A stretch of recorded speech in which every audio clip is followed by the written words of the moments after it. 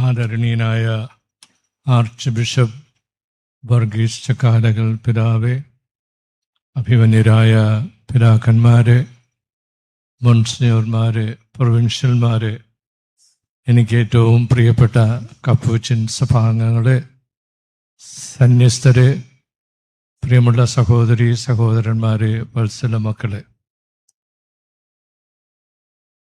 ഞാൻ ഒരു സന്യാസ വൈദികനല്ല.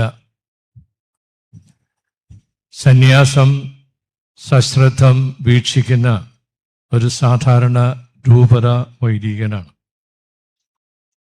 എൻ്റെ വീക്ഷണങ്ങൾ എപ്പോഴും ശരിയാകണമെന്നില്ല.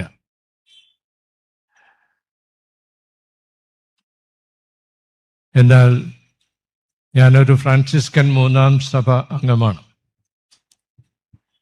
ഏതാണ്ട് 12ാമത്തെ വയസ്സിലാണ് ഞാൻ സെമിനറിയിൽ പ്രവേശിച്ചത്. നാളിതുവരെ നിക്കർ മാത്രം ധരിച്ചിരുന്ന എനിക്ക് സെമിനറിയിലെ യൂണിഫോമായ മുണ്ടും കോട്ടും ഒന്നും അത്ര സുഖമായി തോന്നിയില്ല. മുണ്ട് ശരിയായിട്ടിരിക്കുന്നത് വളരെ ബുദ്ധിമുട്ടുള്ളൊരു കാര്യമായിരുന്നു. അതുകൊണ്ട് സെമിനാരിയിൽ ചേരുന്ന സമയത്ത് വീട്ടിൽ നിന്നൊരു ബെൽറ്റൊക്കെ തന്നാണ് എന്നെ അയച്ചത്. കുറെ കഴിഞ്ഞപ്പോൾ സഹപാഠികളൊക്കെ ഭംഗിയായി മുണ്ട് ധരിക്കുന്നത് കണ്ടപ്പോൾ എനിക്ക് വളരെ പ്രയാസം തോന്നി. അടുത്ത കൊല്ലം ഏതായാലും ഫ്രാൻസിസ്കൻ 3-ാം സഭ അംഗമായി. അപ്പോൾ ലഭിച്ച ചരട് എല്ലാ രീതിയിലും 5 കൊല്ലം എന്നെ സംരക്ഷിച്ച് സുഖമാക്കി മേജർ സെമിനാരിയിലേക്ക് പോകുന്നതിന് സഹായിച്ചു. ചരടിനെ കുറിച്ച് സൂചിപ്പിച്ചത് എനിക്ക് ഇന്ന് അതിൻ്റെ അർത്ഥവും കാര്യങ്ങളൊക്കെ അറിയാം. ബഹുമാന്യരായ കപ്പുച്ചിൻ സഭാംഗങ്ങൾ അത് ധരിക്കുന്നതിന് പ്രത്യേക കാരണങ്ങളുണ്ട്. എന്നാൽ ആ കൊച്ചുകാലത്ത് ഏറ്റവും അനുഗ്രഹപ്രദമായി തോന്നിയത് 3-ാം സഭയുടെ ഈ ചരട് തന്നെയായിരുന്നു. എൻ്റെ ഇടവക പുനലൂരാണ്. വർഷങ്ങൾക്ക് മുമ്പ് പ്രൈമറി സ്കൂളിലെ വിദ്യാർത്ഥിയായിരുന്ന അവസരത്തിൽ ഞാൻ ആദ്യമായിട്ട് ഈ കാപ്പിപ്പൊടി നിറമുള്ള അച്ഛന്മാരെ കണ്ടു. അവർ ഞങ്ങളുടെ ഇടവകയിൽ വന്നത് ധ്യാനം പ്രസംഗിക്കാനായിരുന്നു. ധ്യാനം പ്രസംഗിച്ചത് എന്താണെന്നൊന്നും എനിക്ക് ഓർമ്മയുമില്ല, മനസ്സിലാക്കാനുള്ള പ്രായവും അന്ന് ഉണ്ടായിരുന്നില്ല. ഒരു കാര്യം കൃത്യമായി ഓർമ്മിക്കുന്നുണ്ട്. ഒരു ദിവസത്തെ പ്രസംഗം സെമിത്തേരിയിലായിരുന്നു. സെമിത്തേരിയുടെ മുമ്പിലൂടെ ഓടിപ്പോയിട്ടുള്ള ഞാൻ ഇത് എന്താണെന്ന് അത്ഭുതപ്പെടുകയായിരുന്നു. സെമിത്തേരിയിൽ ഒരു പ്രസംഗം. ഏതായാലും മറ്റുള്ളവരോടുകൂടി സെമിത്തേരിയുടെ പ്രസംഗം ശ്രദ്ധിക്കാൻ പോയി. അന്നും പറഞ്ഞതൊന്നും മനസ്സിലായില്ല, കാരണം പ്രൈമറി സ്കൂളിലെ വിദ്യാർത്ഥിയാണ് ഞാൻ. ഒരു കാര്യം ഞാൻ ഇപ്പോഴും കൃത്യമായി ഓർമ്മിക്കുന്നത്, ആ വൈദികന്റെ കയ്യിൽ ഒരു തലയോട്ടി. ഞാൻ അത്ഭുതപ്പെട്ടു. അതുവരെ കണ്ടിരുന്നത് അപകട സൂചനയായിട്ട് തലയോട്ടിയും കൈകളുമായിരുന്നു. ഈ അച്ഛൻ ഇതെല്ലാം കയ്യിൽ വെച്ചിട്ട് വളരെ ശക്തമായിട്ട് പ്രസംഗിക്കുന്നത് ഞാൻ കണ്ടു. എന്താണ് പ്രസംഗിച്ചതെന്നൊന്നും എനിക്കറിയില്ല. പക്ഷേ ദീർഘമായ വർഷങ്ങൾക്ക് ശേഷം ഇന്നെനിക്ക് ബോധ്യമുണ്ട്, അനുതാപത്തിലേക്ക് ദൈവജനത്തെ നയിക്കുന്നതിന് അങ്ങനെ ഒരു പ്രസംഗം ആവശ്യമായിരുന്നതുകൊണ്ട് ഈ കപ്പൂച്ചിൻ സഭാംഗങ്ങൾ അന്ന് സെമിത്തേരിയുടെ ഒരു പ്രസംഗവും ഈ തലയോട്ടി എടുത്തുകൊണ്ടുള്ള ഒരു പ്രസംഗമൊക്കെ കാഴ്ചവെക്കുന്ന പതിവുണ്ടായിരുന്നു. മിഡിൽ സ്കൂളിലായപ്പോൾ എൻ്റെ ഇടവകയിലേക്ക് കൊല്ലം തില്ലേരി ആശ്രമത്തിൽ നിന്ന് സഹോദരന്മാർ അവധിക്കാലം ചെലവിടുന്നതിനായി വന്നു. എൻ്റെ കുടുംബ വീട്ടിൽ നല്ലൊരു കുളമുണ്ട്. അതുകൊണ്ടൊക്കെ തന്നെയാണ് ഈ സഹോദരന്മാർ അവിടെ അവധി ചെലവിടാനായിട്ട് വന്നെത്തിയത്. അവധി ചെലവിടാൻ വന്ന ഈ സഹോദരന്മാരോടൊപ്പം അൾത്താര ശുശ്രൂഷകരായി ഞങ്ങൾ പലരും കൂടി ഇവരോടൊത്ത് സഞ്ചരിക്കാനും സ്ഥലങ്ങൾ കാണാനും ആറ്റിൽ കുളിക്കാനുമൊക്കെ പോകുന്നത് പതിവായിരുന്നു. അതുപോലെ തന്നെ ആ സമയത്ത് വികാരിയച്ഛൻ്റെ ബന്ധുവായ ഒരു സുഹൃത്തും ഞങ്ങളുടെ നാട്ടിലുണ്ടായിരുന്നു. അങ്ങനെ ഞങ്ങൾ ഈ കപ്പൂച്ചിൻ സഭാംഗങ്ങളോട് ചേർന്ന് കുറേ ദിവസം ചെലവിട്ട് കഴിഞ്ഞപ്പോൾ ഒരു കപ്പൂച്ചിനായ കൊള്ളാമെന്നുള്ളൊരു ധാരണയൊക്കെ എൻ്റെ മനസ്സിലുണ്ടായി. എന്നാൽ ആ കൊല്ലം സെമിനാരിയിലേക്ക് സെലക്ഷൻ കിട്ടി. ഞാൻ സെമിനാരിയിൽ ചേർന്ന് കഴിഞ്ഞു. ഈ കപ്പൂച്ചിനാകാനുള്ള ആഗ്രഹമൊക്കെ പതുക്കെ തണുത്തുപോയി. അതിൻ്റെ പിറ്റേ വർഷം എൻ്റെ ഈ സുഹൃത്ത്, അദ്ദേഹത്തിൻ്റെ പേര് ജെയിംസ് പുത്തമ്പര എന്നാണ്, അദ്ദേഹം മരിച്ചുപോയി. അദ്ദേഹവും ഈ കപ്പൂച്ചിൻ സഭാംഗങ്ങളോട് ചേർന്ന് കപ്പൂച്ചിൻ സഭയിൽ ചേരണമെന്ന് ആഗ്രഹിച്ച വ്യക്തിയാണ്. അദ്ദേഹം അടുത്ത കൊല്ലം സെമിനാരിയിൽ ചേർന്നു. അങ്ങനെ ഞങ്ങളുടെ രണ്ടുപേരുടെയും കപ്പുച്ചിനാകാനുള്ള ആഗ്രഹം നഷ്ടപ്പെട്ടു. കിട്ടിയത് മതി എന്ന് കരുതി പൗരോഹിത്യ ശുശ്രൂഷയിലേക്ക് രൂപതാ വൈദികനായി തുടരാൻ തന്നെയാണ് ആഗ്രഹിച്ചത്. പക്ഷെ അതിന് മറ്റൊരു കാരണം കൂടിയുണ്ട്. ഈ മോഹമൊക്കെ കൊണ്ടു നടന്ന കാലത്ത് ഞങ്ങളുടെ പ്രീഫെക്ട് അച്ഛനായിരുന്ന എമ്മാനുവൽ അച്ഛൻ ഞങ്ങളോട് പറഞ്ഞു, ഇതാണ് കൃത്യമായിട്ട് ശ്രദ്ധിക്കേണ്ടത്. അദ്ദേഹം ഞങ്ങളോട് പറഞ്ഞു, സന്യാസം എന്ന് പറയുന്നത് സുപ്പീരിയർ വൊക്കേഷനാണ്, ഏറ്റവും സമുന്നതമായ ദൈവവിളിയാണ്. അത് സാധാരണ വൈദികർക്കുള്ളതല്ല എന്ന് കൃത്യമായി ഞങ്ങളെ ബോധ്യപ്പെടുത്തി. കാരണം ഏറെ ത്യാഗവും പ്രാർത്ഥനയുമൊക്കെ വേണ്ടുന്ന ജീവിതമാണ് സന്യാസ ജീവിതമെന്ന് അദ്ദേഹം ഞങ്ങളെ പഠിപ്പിക്കുകയുണ്ടായി. സെമിനറിയിൽ പ്രവേശിച്ച എനിക്ക് കൂടുതൽ ഇഷ്ടമായി തോന്നിയത് സെമിനറിയുടെ കാലയളവിൽ വിശുദ്ധ ഫ്രാൻസിസ് അസീസിയെക്കുറിച്ച് പഠിക്കുന്നതിനാണ്. അദ്ദേഹത്തിൻ്റെ ജീവചരിത്രമെല്ലാം നല്ലതുപോലെ വായിക്കുകയും പഠിക്കുകയും ചെയ്തു. പല കാര്യങ്ങളും ഇന്ന് കൃത്യമായി ഓർമ്മിക്കുന്നുണ്ട്. എന്നാൽ അദ്ദേഹം ജനിച്ച നാട്ടിലെത്താൻ കഴിയുമോ എന്നുള്ള ചിന്തയൊന്നും എനിക്ക് അന്നുണ്ടായിരുന്നില്ല. പിന്നീട് ഇറ്റലിയിൽ പഠിക്കാൻ പോയപ്പോൾ ഞാൻ ഏറെ പ്രാവശ്യം സന്ദർശിച്ചത് അസീസി പട്ടണമാണ്. കൂടാതെ ഒരു അവധിക്കാലത്ത് അസീസി പട്ടണത്തിനടുത്തുള്ള സ്ഥലത്തായിരുന്നു ഞങ്ങളുടെ അവധിക്കാലം. അതുകൊണ്ട് കാൽനടയായി അസീസിയിലേക്ക് പോകുന്നതിനും ഈ സ്ഥലങ്ങളൊക്കെ സന്ദർശിക്കുന്നതിനും എനിക്ക് കഴിഞ്ഞിട്ടുണ്ട്. കഴിഞ്ഞ വർഷം റോമിൽ പോയി അസീസി പോകണമെന്ന് ആഗ്രഹിച്ചെങ്കിലും പോകാൻ സാധിച്ചില്ല.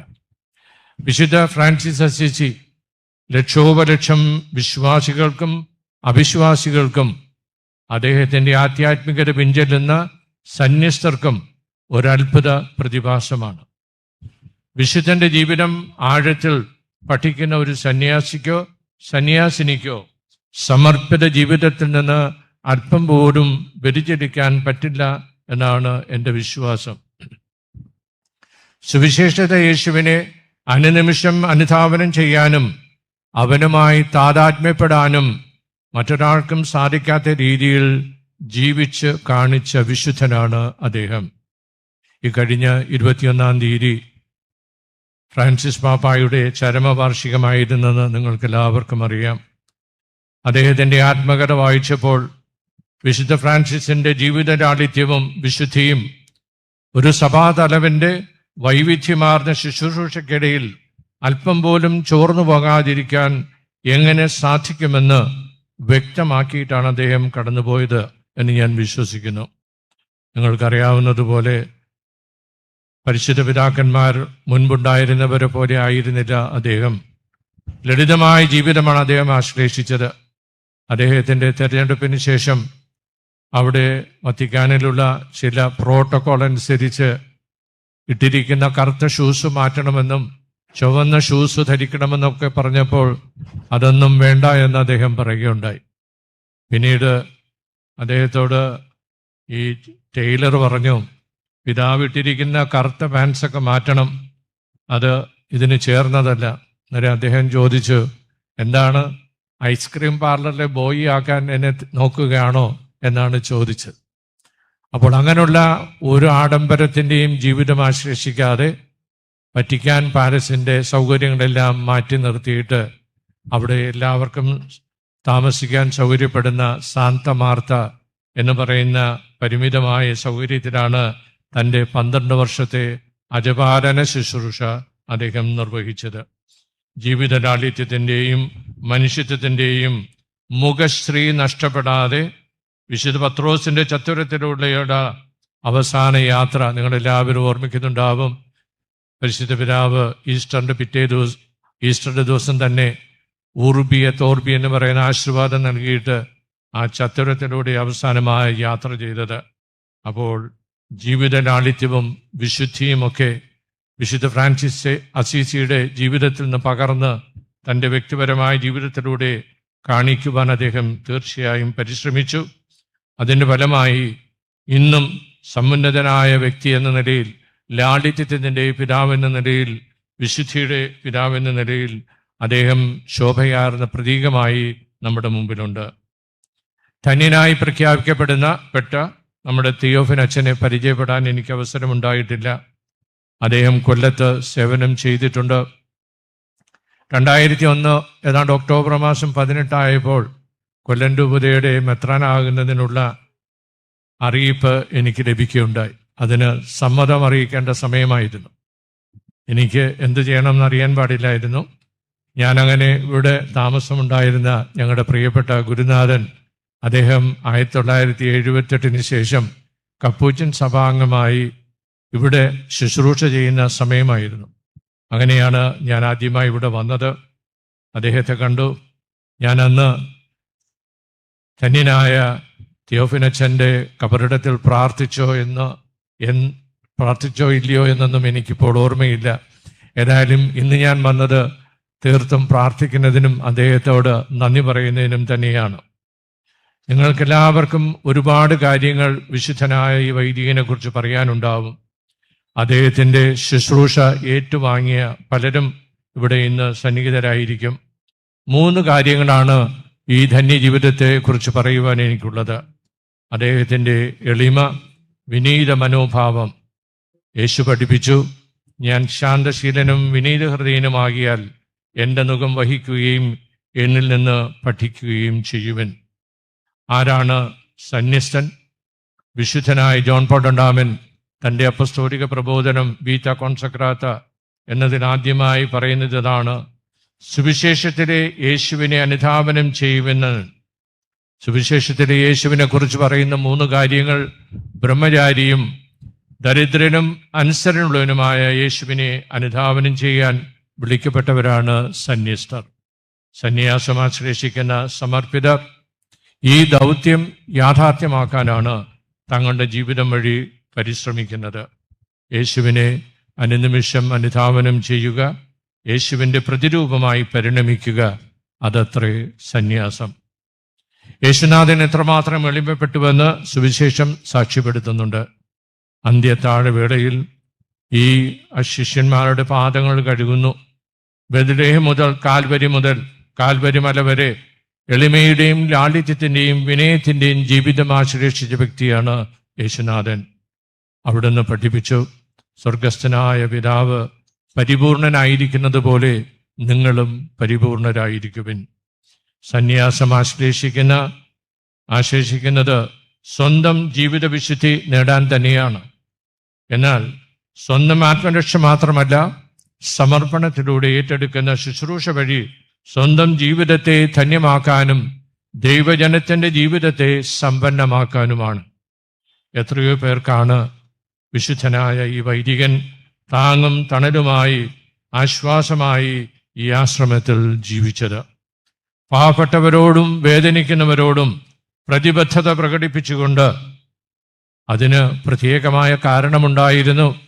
തൻ്റെ ഹൃദയത്തിലെപ്പോഴും മന്ത്രിച്ചിരുന്ന യേശുവിൻ്റെ വചനങ്ങൾ: എൻ്റെ ഏറ്റവും എളിയ ഈ സഹോദരന്മാരിൽ ഒരുവന് നിങ്ങളിത് ചെയ്തു കൊടുത്തപ്പോൾ എനിക്ക് തന്നെയാണ് ചെയ്തത്.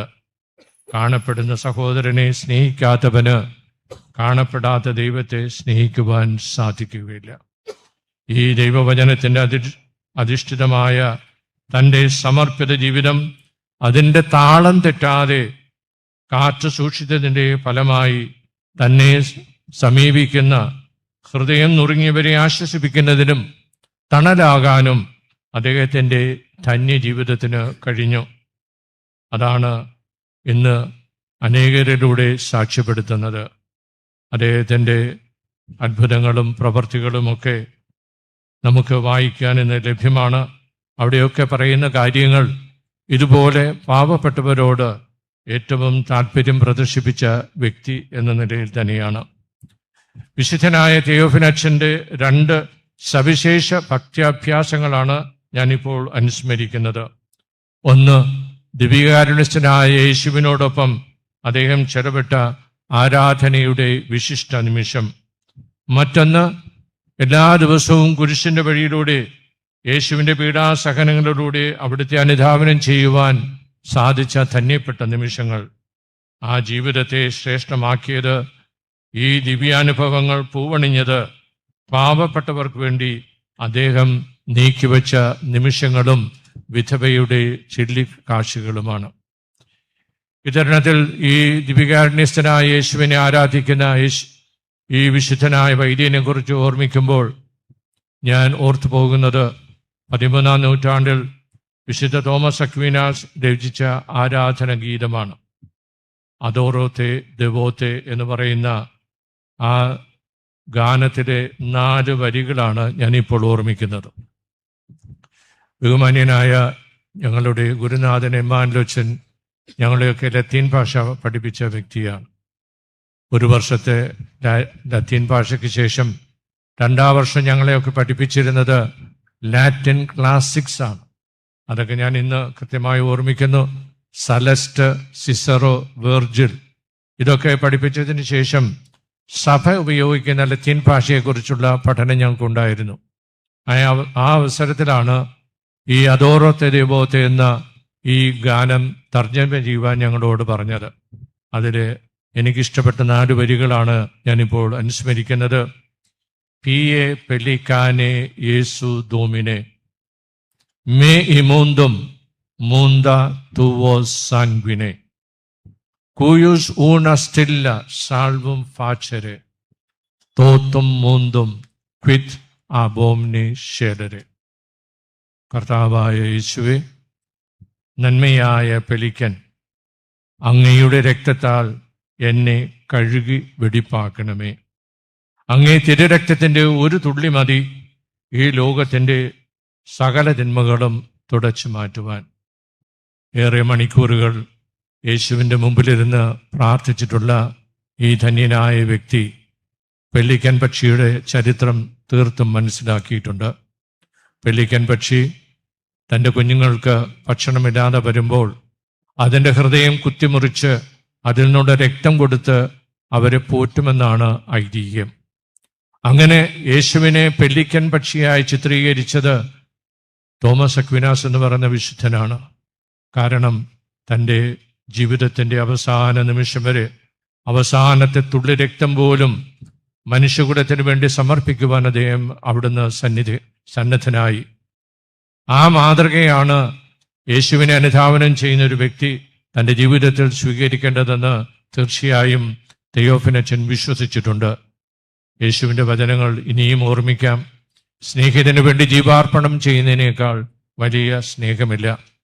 ഇനിയും നമ്മൾ വേദപുസ്തകത്തിലേക്ക് തിരിഞ്ഞു നോക്കുമ്പോൾ ഫിലിപ്പിയർക്ക് എഴുതിയ ലേഖനത്തിൽ വിശുദ്ധ പൗലോസ്ലീഹ യേശുവിൻ്റെ ശൂന്യവൽക്കരണത്തെക്കുറിച്ച് കൃത്യമായി നമ്മെ ഓർമ്മിപ്പിക്കുന്നുണ്ട്.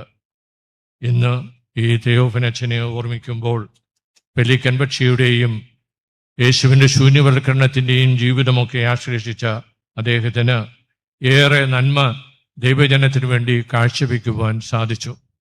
അതോടൊപ്പം ഞാൻ ഇപ്പോൾ അനുസ്മരിക്കുന്നത് 1982 ഒക്ടോബർ മാസം 10 വിശുദ്ധനായ ജോൺ പോൾ രണ്ടാമൻ വിശുദ്ധനായി പ്രഖ്യാപിക്കപ്പെട്ട ഒരു ഫ്രാൻസിസ്കൻ സന്യാസിയുടെ ചിത്രമാണ്. വിശുദ്ധനായ മാക്സിമിലിയൻ കോൾബെ 1941 അദ്ദേഹത്തെ മരണത്തിന് വിധിച്ചു. എന്നാൽ അവിടെ മരണത്തിന് വിധേയനാക്കപ്പെട്ട മറ്റൊരു മനുഷ്യൻ, അദ്ദേഹത്തിൻ്റെ പേര് ഫ്രാൻസിസ്ക് എന്ന് പറയുന്ന പോളിഷ് നെയിമാണ്. എങ്ങനെയാണത് കൃത്യമായി ഉച്ചരിക്കേണ്ടതെന്ന് എനിക്കറിയില്ല. അദ്ദേഹം നിലവിളിക്കുകയുണ്ടായി, എനിക്ക് എൻ്റെ ഭാര്യയും മക്കളുമുണ്ട്, അവരെ തിരിച്ചു ചെന്ന് കാണണമെന്നുള്ള ആഗ്രഹമുണ്ട് എന്ന് പറഞ്ഞ് ഉറക്കെ നിലവിളിച്ചപ്പോൾ ആ മനുഷ്യന് വേണ്ടി മരിക്കാൻ തയ്യാറാണെന്ന് മാക്സിമിലിയൻ കോൾബെ പറയുകയുണ്ടായി. വിശുദ്ധനായി പ്രഖ്യാപിച്ചതിൻ്റെ തിരുക്കർമ്മങ്ങളിൽ പങ്കുചേർന്ന് ഈ മനുഷ്യൻ വത്തിക്കാനിലെ ചത്തുരത്തിലേക്ക് ഇറങ്ങി നിലവിളിക്കുകയായിരുന്നു. അദ്ദേഹത്തിൻ്റെ നിലവിളി കേട്ട് ഒത്തിരി ആളുകൾ ചുറ്റും കൂടി. അപ്പോൾ അതവർ ചോദിച്ചു, എന്തിനാണ് നിങ്ങൾ കരയുന്നത്? സഭയിൽ നിന്ന് ഒരു വിശുദ്ധനെ പ്രഖ്യാപിച്ചിരിക്കുകയാണല്ലോ എന്ന് പറഞ്ഞപ്പോൾ ആ മനുഷ്യൻ പറഞ്ഞു, അദ്ദേഹം എനിക്ക് വേണ്ടിയാണ് മരിച്ചത്, എൻ്റെ കുടുംബത്തിന് വേണ്ടിയാണ് മരിച്ചത്. പ്രിയമുള്ള സഹോദരരെ, നമുക്കെല്ലാവർക്കും അറിയാം, സഹോദരന് വേണ്ടി ജീവൻ ബലി കഴിക്കുന്നതാണ് യേശു പഠിപ്പിച്ച ഏറ്റവും ആത്മാർത്ഥമായ സ്നേഹം. പൗലോസ്ലീഹ ഗലാത്യർക്ക് ലേഖനത്തിൽ പറയുന്നുണ്ട്, എന്നെ സ്നേഹിക്കുകയും എനിക്ക് വേണ്ടി മരിക്കുകയും ചെയ്തവനാണ് യേശു. നമുക്ക് ഓരോരുത്തർക്കും വേണ്ടി മരിച്ച യേശുനാഥനെ സാക്ഷ്യപ്പെടുത്തുന്നതിന്, ആ ജീവിതം ആശ്ലേഷിക്കുന്നതിന്, ആ ജീവിതത്തിൻ്റെ മാതൃക സമൂഹത്തിന് സമ്മാനിക്കുന്നതിന് ഏറ്റവും നല്ല രീതിയിൽ മാതൃക നൽകിക്കൊണ്ട് കടന്നുപോയ വ്യക്തി തന്നെയാണ് ഇന്ന് നാം ആദരിക്കുന്ന ധന്യനായ തെയോഫിനച്ചൻ. അദ്ദേഹത്തിന് പല സിദ്ധികളും പ്രവചനപരവും ഉണ്ടായിരുന്നെന്ന് ഏറെ വിശ്വാസികൾ സാക്ഷ്യപ്പെടുത്തുന്നുണ്ട്. കൊച്ചു ത്രേസ്യയെ പോലെ തനിക്ക് ലഭിച്ച ഈ അനുഗ്രഹങ്ങൾ നമുക്ക് സമ്മാനിക്കാൻ ധന്യനായ പുരോഹിത ശ്രേഷ്ഠൻ എപ്പോഴും സന്നദ്ധനാണ്. ഒരുപാട് വ്യക്തികൾക്ക് ആശ്വാസം പകർന്ന അദ്ദേഹം നമുക്ക് ഓരോരുത്തർക്കും കർത്താവിൽ നിന്ന് ആവശ്യമായ അനുഗ്രഹങ്ങൾ സമ്മാനിക്കും. ഈ തിരുക്കർമ്മങ്ങളിൽ സംബന്ധിച്ച് തിരിച്ചു പോകുമ്പോൾ എൻ്റെ മനസ്സിലുദിക്കുന്ന ഒരു ചോദ്യം ഇതാണ്: ഇതെല്ലാം ഒരാഘോഷമായി അവസാനിക്കുകയാണോ?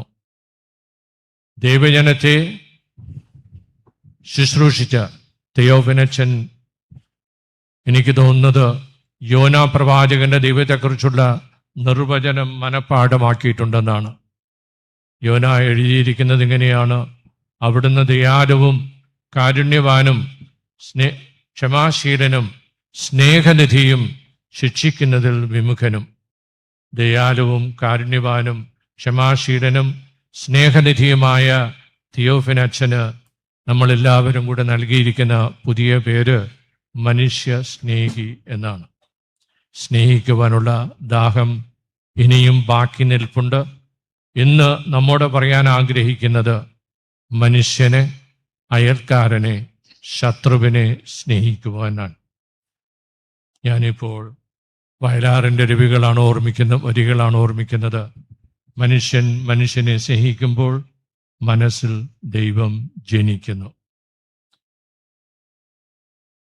അന്യന് ആശ്വാസമായി തീരാൻ ഉള്ള പരിശ്രമമായിരിക്കണം നമ്മുടെ ഓരോരുത്തരുടെയും ക്രൈസ്തവ ജീവിതം. അദ്ദേഹത്തിൻ്റെ ജീവിത മാതൃക നമ്മെ ഓരോരുത്തരെയും എന്നും പ്രചോദിപ്പിക്കട്ടെ എന്നതിനെയാണ് എൻ്റെ ആശംസയും പ്രാർത്ഥനയും. എൻ്റെ പ്രിയപ്പെട്ട കപ്പുച്ചിൻ സഭാംഗങ്ങളെ ഒരു രീതിയിലും വിസ്മരിക്കുവാൻ പാടുള്ളതല്ല. കേരളത്തിൽ ആദ്യമായി കൊല്ലത്ത് ഫില്ലേരിയിലാണ് ഈ സന്യാസ സഭ സ്ഥാപിതമായത്. ഞാനേറെ സ്നേഹിക്കുകയും ബഹുമാനിക്കുകയും ആദരിക്കുകയും ചെയ്യുന്ന ഒത്തിരി കപ്പുച്ചിൻ സഭാംഗങ്ങൾ ഇവിടെയുണ്ട്. കുറേ പേരെല്ലാം കർത്താവിൻ്റെ സന്നിധിയിൽ അവരുടെ സമ്മാനം വാങ്ങുവാനായി കടങ്ങിപ്പോയിട്ടുണ്ട്.